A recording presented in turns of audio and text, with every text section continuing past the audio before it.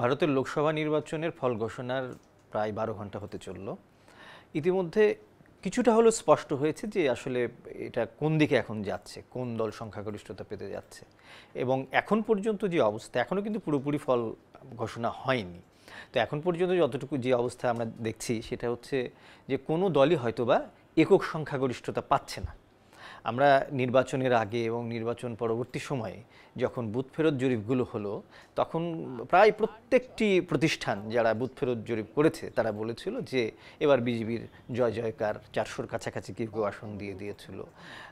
আমরা মানে এই ধরনের বিভিন্ন পেয়েছি যে বুথ ফেরত জরিপের ফলাফল এমনও দেখা গেছে যে পশ্চিমবঙ্গে সেখানেও বিজেপি আবার নতুন করে তাদের ঘাঁটি গাড়তে শুরু করতে পারে।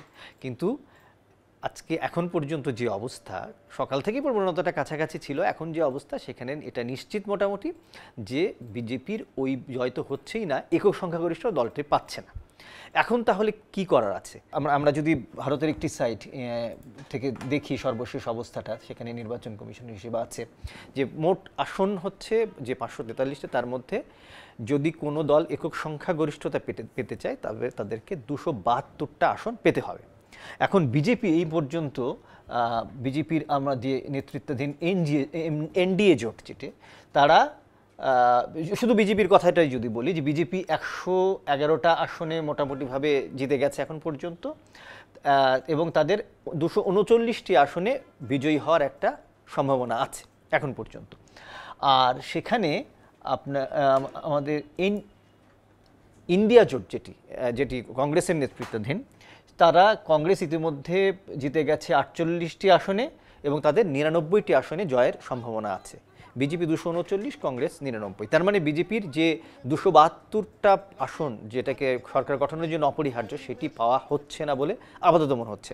এখন বিজেপিকে কি করতে হবে? বিজেপি এখন যেটা করতে হবে যে তাদের যে শরিক দলগুলো আছে তাদের কাছ থেকে আসনগুলো পেতে হবে বা তাদের কাছে এখন নতজানু হতে হবে। এক্ষেত্রে বিজেপিকে সহযোগিতা করতে পারে দুটো দল। একটি নীতিশ কুমারের দল, জনতা দল ইউনাইটেড, যেটি বিহার ভিত্তিক একটি দল, আর একটি তেলুগু দেশম পার্টি, অন্ধ্রপ্রদেশের, এটির প্রধান চন্দ্রবাবু নাইডু। এবং এই দুটো দলের হাতে আমরা দেখতে পাচ্ছি যে এখন তাদের হাতে আছে ১৬ এবং ১৪, মোট ৩০টি আসন। অর্থাৎ বিজেপিকে যদি সংখ্যাগরিষ্ঠতা দেখাতে হয় এবং ক্ষমতা আবার নতুন সরকার গঠন করতে হয়, তবে এই দুটো দলের সহযোগিতা অপরিহার্য। এটা তাদের বাঁচা মরার লড়াই পরিণত হয়েছে। এবং বিজেপি যে আসলে এই দুটো দলের কাছ থেকে এখন আসন পেতে মরিয়া এবং তাদের সমর্থন পেতে মরিয়া, তার একটি প্রমাণ আমরা এখনই দেখতে পাচ্ছি যে আগামী মঙ্গলবার, আপনারা জানেন যে কয়েকটা রাজ্যে কিন্তু বিধানসভার নির্বাচনও হয়েছে, তার মধ্যে অন্ধ্রপ্রদেশও ছিল। তো এই অন্ধ্রপ্রদেশে সেখানে বিজেপি এবং তাদের তেলুগু দেশম পার্টি তারা সংখ্যাগরিষ্ঠতা লাভ করেছে এবং তারা আগামী মঙ্গলবার সেই সরকার শপথ গ্রহণ করবে। সেখানে প্রধানমন্ত্রী নরেন্দ্র মোদীও উপস্থিত থাকবেন। মানে বিষয়টা যে তারা খুব গুরুত্ব সহকারে নিয়েছে এবং তাদের আসলে ছাড়া কোনো বিকল্পও নেই এটা। কারণ সাধারণত কোনো যখন রাজ্যের শপথ গ্রহণ হয়, খুব বেশি নজির আসলে দেখা যায়নি ইতিপূর্বে, কিন্তু এখন দেখা যাচ্ছে, এখন তাকে যেতে হবে, এইরকম একটা অবস্থায় আছে। আর যে জিনিসটা ভারতের নির্বাচন সম্পর্কে এখন পর্যন্ত বলা যায়, এখনও কিন্তু পরিপূর্ণ কোনো চিত্র আমরা হয়তো বলতে পারবো না, আরও রাতের দিকে জিনিসগুলো স্পষ্ট হবে। সেটা হচ্ছে যে এবারে কংগ্রেসের একক একটি দল হিসেবে, যে কংগ্রেস ২০১৪ সালের নির্বাচনে মাত্র ৪৪টি আসন পেয়েছিল, তারপরের বারের নির্বাচনে ৫২টি আসন পেয়েছিল, মানে একটা দশকে কংগ্রেস ১০০ আসনের মুখ দেখতে পারেনি। এবার তারা ১০০তম আসনে জয়ী হতে চলেছে। তাদের একটু আগেই কংগ্রেসের যিনি সর্বভারতীয় সাধারণ সম্পাদক মল্লিকার্জুন খার্গে, তিনি সংবাদ সম্মেলন করেছেন। সেখানে রাহুল গান্ধী ছিলেন, সোনিয়া গান্ধী ছিলেন এবং মল্লিকার্জুন খার্গে তারা সরকার গঠনের জন্য কোনো তৎপরতা চালাচ্ছেন এ ধরনের কথা বলেননি, হয়তো তাদের ক্ষেত্রে এটা এখনও সঙ্গতও না।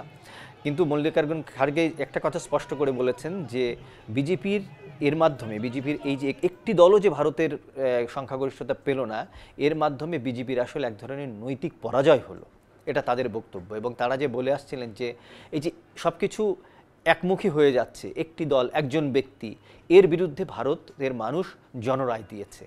এখনো পর্যন্ত আমরা দেখতে পাচ্ছি যে কোনো দলই সংখ্যাগরিষ্ঠ পাচ্ছে এবং সে ধরনের সম্ভাবনাও নেই যদি এখন পর্যন্ত যে অবস্থাটা আমরা সেই জায়গাটাতে দেখতে পাচ্ছি। এখন যদি পশ্চিমবঙ্গের কথাটা আমরা দেখি, যে এখনো পর্যন্ত পশ্চিমবঙ্গে আমরা যে একটু আগেও বললাম ভূতপ্রেরত জরিপগুলোর যে কথাগুলো, যে ভূতপ্রেরত জরিপে যে সম্ভাবনার কথাগুলো বলা হয়েছিল তাকে ভুল প্রমাণিত করে সেখানে তৃণমূল কংগ্রেস প্রায় 29টি আসন এখন পেতে চলেছে এবং কয়েকটি আসনে তারা জয়ী হয়ে গেছে ইতিমধ্যে। এখন এই বুথফেরত জরিপ এবং তার যে না মেলা, এর অনেক কিছুই মানে আমরা দেখতে পাচ্ছি যে ভারতের রাজনীতিতে একটা ভিন্ন ধরনের প্রক্রিয়া এবং সেখানে ধর্মনিরপেক্ষ দলগুলোর একটা নতুন ধরনের, কারণ বিজেপির এই যে রমরমা অবস্থাটা ছিল গত দুটো নির্বাচনে ক্রমশ একক একটি ক্ষমতাধর দলের দিকে চলে যাচ্ছিল। আপনারা জানেন যে গত নির্বাচনে বিজেপি একাই 303টি আসন পেয়েছিল, সেখান থেকে কিন্তু তারা এবার অনেক পিছিয়ে গেল। এখন এই অবস্থাটাতেই আছে এবং এটাও নিশ্চিত করেই মোটামুটিভাবে হয়তোবা আমরা বলতেই পারি যে একক কোনো দল যেহেতু যাচ্ছে না, ভারতে আবার একটি মিলিঝুলি সরকার বা একটি জোট সরকার, আবার যদিও এনডিএ জোট জোটাকারে ছিল, কিন্তু এনডিএ জোট জোটাকারে থাকলেও সেখানে বিজেপির কর্তৃত্বটাই প্রধান ছিল, কিন্তু সেটা সম্ভবত আর থাকছে না।